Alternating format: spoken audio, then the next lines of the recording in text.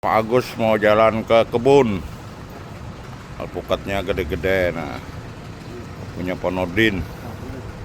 Ini alpukat dari Kediri, Alpukatnya. Alpukat itu sudah ada di Kalimantan. Prehari, tanah laut. Yuk, saya akan menuju kebun.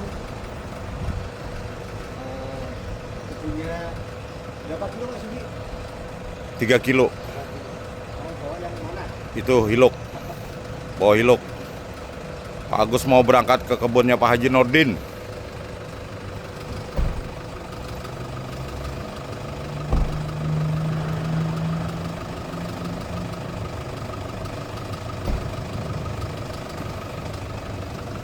Pak Agusnya mau berangkat ke tempatnya Pak Haji Nordin. Sampai di kebun. Sampai di kebun. Makasih.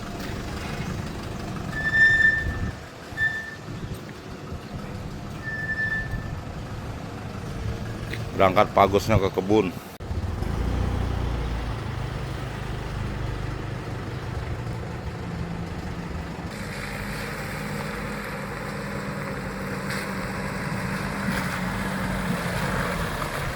Kita sudah sampai di kebun. Mereka orang-orang kebun juga sudah ada di kebun. Teman-teman.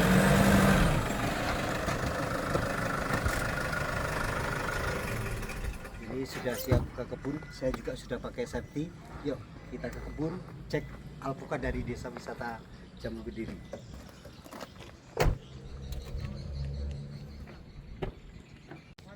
Nah, teman-teman terima kasih. Assalamualaikum warahmatullahi wabarakatuh. Alhamdulillah hari ini saya sudah sampai di Pelehari Tanah Laut Kalimantan Selatan. Nah, bibit-bibit yang sudah saya kirim kemarin kita kirim 4 truk. Dan ini adalah bibit-bibitnya, ketinggiannya ini ada alpukat Miki, ada kelut, ada TA21, ketinggiannya seperti ini 2 meter up. Ketinggian saya 177, ini lebih tinggi lagi. Yuk, tentu saja kita kenapa beliau Sidin kenapa beliau memilih bibit yang tinggi-tinggi, tujuannya agar lebih cepat berbuah. Kalau di sini MDPL-nya sangat rendah. Di sini meskipun ada gunung di sana, karena wilayah Kalimantan identik dengan meter di atas permukaan laut yang rendah. Di sini sekitar berapa Mas Heri? 15 mdpl. 15 mdpl. Yuk, tapi apakah bisa alpukat ini berbuah?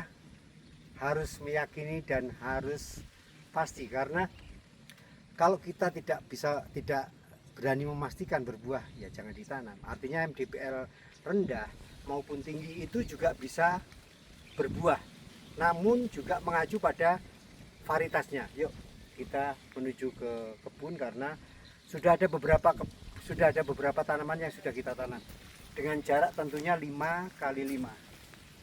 Itu ada Pak Nur. Siap. Semangat pagi Pak Nur. Selamat pagi, apa kabar? Ya, Ya. bagus. Ya, selamat datang di Pelehari Kabupaten Tanah Laut. Oh, mantap. Terima kasih. Nah, ini teman-teman, Ya. ini kita sudah tanam sekitar sampai sana sekitar 350 yang sudah kita tanam, tapi masih ada banyak, masih ada sekitar 1000 pohon yang belum ditanam. Ini ada Pak Andi. Pak Andi, pagi. Ini kita tanamnya di sana berapa hektar? 3 hektar. Kita akan tanam 3 hektar. Nah, kemarin sudah kita siapkan bibitnya. Ini jaraknya kemarin berapa? 5x5 meter. 5x5 itu adalah jarak tanam ideal. Karena berbicara kenapa alpukat bisa ditanam 5x5, 6x6, 10x10, tapi ini adalah salah satu target produksi ketika kita menanam alpukat dengan jarak 5x5. Ya, bukan karena bibitnya biar laku banyak loh, enggak loh, tapi memang jarak idealnya seperti itu. Kita cek alpukat yang itu yang sudah tertanam Miki ya, Miki. Yang belum tertanam itu ada TA21 ya. TA21.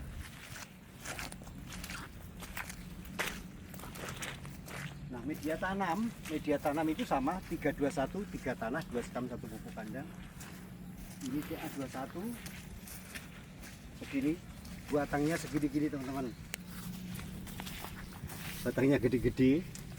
Insya Allah ini tidak sampai 1 tahun nanti berbuah. Itu harapan kita. Tapi harus mengacu pada tingkat kesuburan tanaman yang tinggi. Bagaimana ketika kita nanam, pertama menanam itu tidak boleh dipupuk. Satu itu, karena pupuk itu jangan sampai residunya ketika tanaman ini ditanam, tentu saja tanaman ini tidak akan bisa makan apapun. Dia hanya tenaga cadangan yang dikeluarkan, sehingga rekomendasi saya setelah tanam baru 20 hari kemudian baru dipupuk. Setelah ini sudah adaptasi, pupuk itu langsung dimakan. Nah, kalau hari ini ditanam dipupuk, tentu saja pupuk itu tidak akan dimakan. Itu ya teman-teman.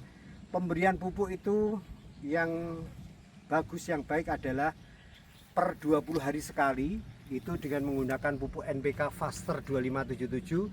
Kenapa saya merekomendasikan Faster 2577? Karena N-nya yang lebih tinggi, sehingga tanaman itu akan lebih cepat bongsornya. Itu masuk di vegetatif. Nanti kalau masuk di generatif, pembuahan, berarti 1 NPK Mutiara dulu, jangan lupa ya, mungkin sekali 2 kali. Setelah itu masuk di monokalium fosfat, MKP, monokalium fosfat. Setelah ini garis besarnya untuk berkebun. Setelah monokalium fosfat, kondisi berbunga, apa yang harus kita lakukan? Tetap menggunakan MKP, karena untuk menekan proses pertumbuhan harus ditekan dengan fosfat dan kalium.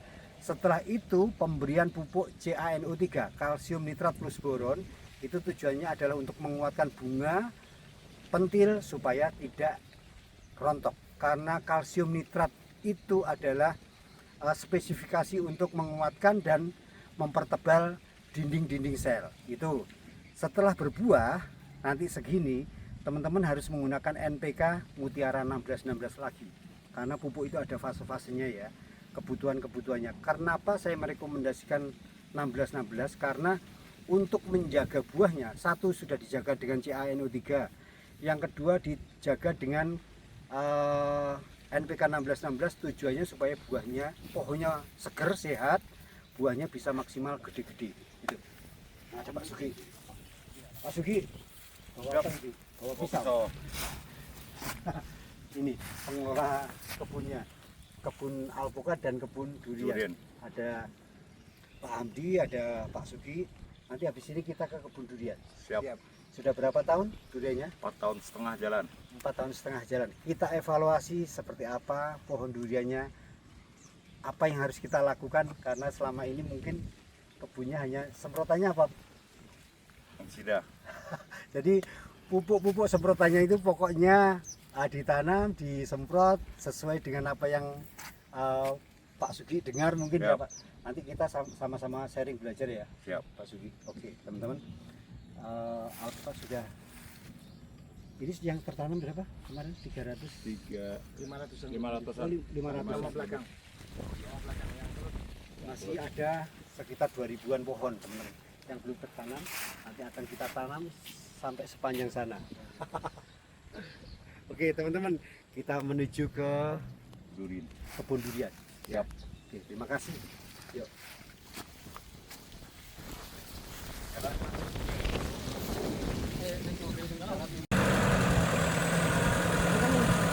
Kita menuju kebun yang satunya. Itu ada alpukat.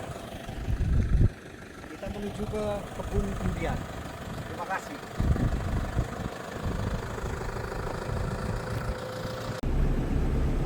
Ini kebun durian yang sudah teririgasi. Nah, ini harus bagus besok itu.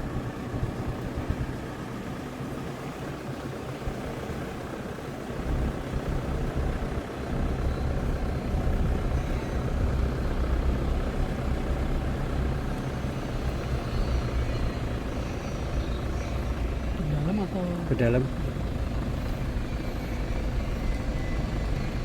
Nah, ini kebunnya sudah, jalan sudah dibuatkan, jalan. Oke.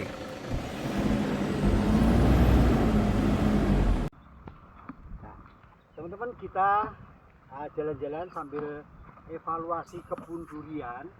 Kenapa kita tujuannya alpukat, tapi saya berusaha untuk bagaimana kebun durian ini sudah ada berapa hektar? 7 hektar, dan ini semuanya di usia berapa ini? Usia jalan 4 tahun setengah. Jalan 4 tahun setengah. Kelihatannya kurang subur karena pupuk NPK tidak ada yang masuk, termasuk semprotan fungisida juga tidak masuk.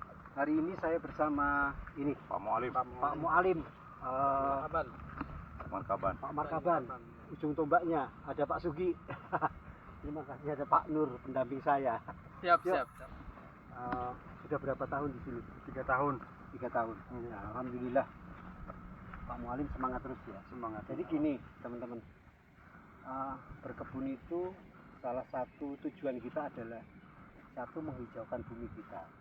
Namun kalau tanaman kita itu baik, seger, berbuah lebat, pasti sang owner atau bapak atau bos pasti senang. Nanti pasti ada nilai-nilai tambahan dari beliau. Nah, tujuannya pokoknya merawatnya harus dengan hati. Saat ada bos tetap merawat, saat tidak ada bos juga harus tetap merawat, karena kita sudah punya tanggung jawab.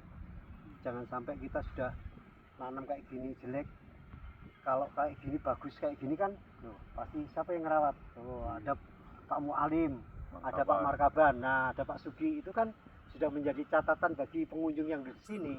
Dan ini nanti tujuannya adalah untuk agrowisata ya, mungkin ya, untuk agrowisata. Yuk kita ke sana. Ada beberapa pohon yang sudah berbuah. Kita tadi ini sebanyak berapa hektar? 7 hektar. 7 hektar. Tertata dengan lurusnya, ada musangking, ada kreton.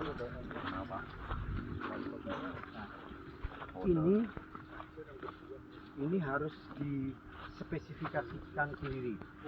Pemberian semprotnya harus lebih intens daripada yang lainnya.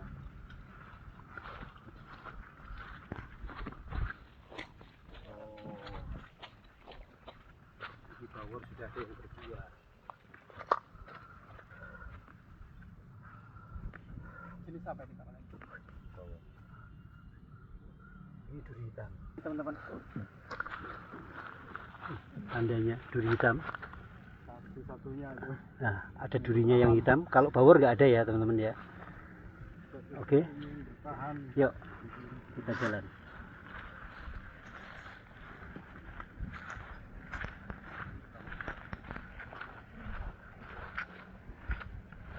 Durian ada alpukat. Di sini di daerah pegunungan, tapi MDPL-nya meter di atas permukaan laut itu hanya 25 meter di atas permukaan laut. Ini pupuknya harusnya sudah 2 gelas NPK. Kalau yang kecil-kecil 1 gelas cukup. Untuk pengairan irigasi sudah bagus. Tinggal seharusnya seperti ini loh Pak. Siap. Ini musangking ya, temennya. Sudah hafal musangking, duri hitam, bawor? Belum? Kalau pemupukannya setiap bulan sekali. Cuman pakai pupuk kandang aja. Siap. NPK-nya belum. Enggak. Ini sudah masuk di fasenya, sudah hampir ke generatif, berarti harus NPK mutiara 16. Siap. Terus inseknya tadi apa? Legend Bagian cair ya. Ya. Terus decis, obat ulat, apalagi Entek. perekat ya. Siap. Ganda cildi, daun. Iya. Fungisidanya belum. Fungisida belum. Jadi ada penambahan. Kita evaluasi teman-teman, evaluasi tentang bagaimana kebun durian yang di sini supaya nanti lebih rimbun lagi, lebih seger lagi. Nah, untuk tadi yang hama yang paling ditakuti apa? Penggerek batang. Penggerek batang itu kalau di Jawa namanya oleng-oleng. Iya, oleh-oleh. Nah, Betul. oleng-oleng atau penggerek batang. Penggerek batang itu berada di dalam daun sehingga dia makan gabusnya, daging pohonnya. Nah, penggerek batang itu karena tempatnya itu di dalam, kalau kita semprot pakai decis, pakai matador, bulldog itu dia tidak akan bisa mati. Karena yang bisa membunuh penggerek batang itu hanya insektisida yang sistemik. Maksudnya sistemik itu dalam satu pohon ini kalau disemprot sistemik maka dia akan berubah menjadi racun semuanya. Nah, cara kerja insektisida itu ada dua cara kerja, sistemik dan kontak. Kalau kontak, begitu ini ada ulat nih, ini contoh ulat. Ini ulat disemprot pakai kontak, dia langsung mati. Tapi kalau penggerik batang, karena kontak itu sistem cara kerjanya melalui mata dan mulut. Begitu kena mata dan mulut langsung mati. Insektisida yang kontak. Kalau yang sistemik, kalau ulatnya ini di dalam, maka dia tidak akan kena mata dan mulut. Berarti harus apa dengan cara kerja yang sistemik itu tadi? Sistemik itu ketika disemprot akan berubah menjadi racun. Terus cara kerjanya melalui pernafasan dan lambung. Saat ketika penggerik batang itu makan daging pohon, busanya di dalam itu, maka dia akan mati 3 hari, 4 hari lagi dia mati karena serangannya melalui pernafasan dan lambung. Gitu. Jadi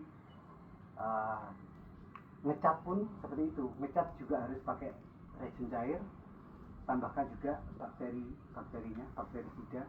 Bakterisida itu bisa menggunakan nordok, kandungannya adalah tembaga oksida, itu untuk bakterinya dan juga untuk pitoptoranya ditan. Sebaiknya memang ditan itu kandungan bahan aktifnya mankosek, ada ditan, ada nordok, ada resin cair, itu cukup. Nah, nanti kita perbarui, pokoknya kita evaluasi kebunnya. Itu teman-teman, terima kasih. Kalau efektifnya ini memang ngecatnya itu menggunakan itu kan, itu masanya sudah dibuang ya.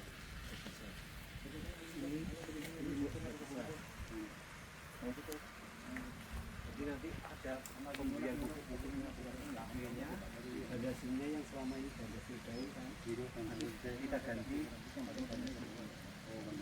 tambahkan boron ya. Nanti pupuknya di sini sesuai dengan tajuk daun. Karena akarnya itu akar yang putih-putih yang baru itu kan pasti di sini. Ketika pupuknya di sini langsung dimakan, istilahnya dekat dengan sendok. Tapi kalau pupuknya di sini, sendoknya di sini, kesini dulu lama. Kapan nanti anunya? Maka harus di ujung ini. Ya, akar itu ada 3, akar yang terluar yang di sini sesuai dengan tajuk daun, akar yang terdalam, berarti kebutuhan airnya harus banyak penuh sampai ke dalam. Ada akar yang tugasnya mencari oksigen. Akar di 25 cm ke atas itu mencari oksigen. Nah, sebaiknya di sini juga bersih. Pakai cabut rumput. Nah, yang terpenting adalah siraman airnya yang tujuannya ketika pupuk itu diberikan supaya bisa dimakan oleh akar-akar yang terluar dan terdalam, berarti airnya harus banyak. Kebutuhan airnya seperti ini sudah 30 liter, antara 30 liter sampai 50 liter per hari. Enggak per pohon. Nanti nyiramnya tergantung menyesuaikan dengan kondisi cuaca kan. Kalau hujan terus ya Enggak, aman. Tapi kalau kemarau berarti setidaknya 3 hari sekali. Di 2 hari sekali Bang Khairul. Nah, bagus itu, lebih bagus. Setidaknya 3 hari sekali, 2 hari sekali. 2 hari sekali. Setiap hari juga bagus. Waktu penyiramannya bagus. Penyiramannya Tunjuk pagi, siang, boleh, sore atau pagi, sore Sore, boleh. tengah Karena hari nggak kalau ini apa-apa. kita nyiram pagi sampai pagi aja kan nggak mungkin ya. Ya pagi lanjut sampai sore itu nggak apa-apa.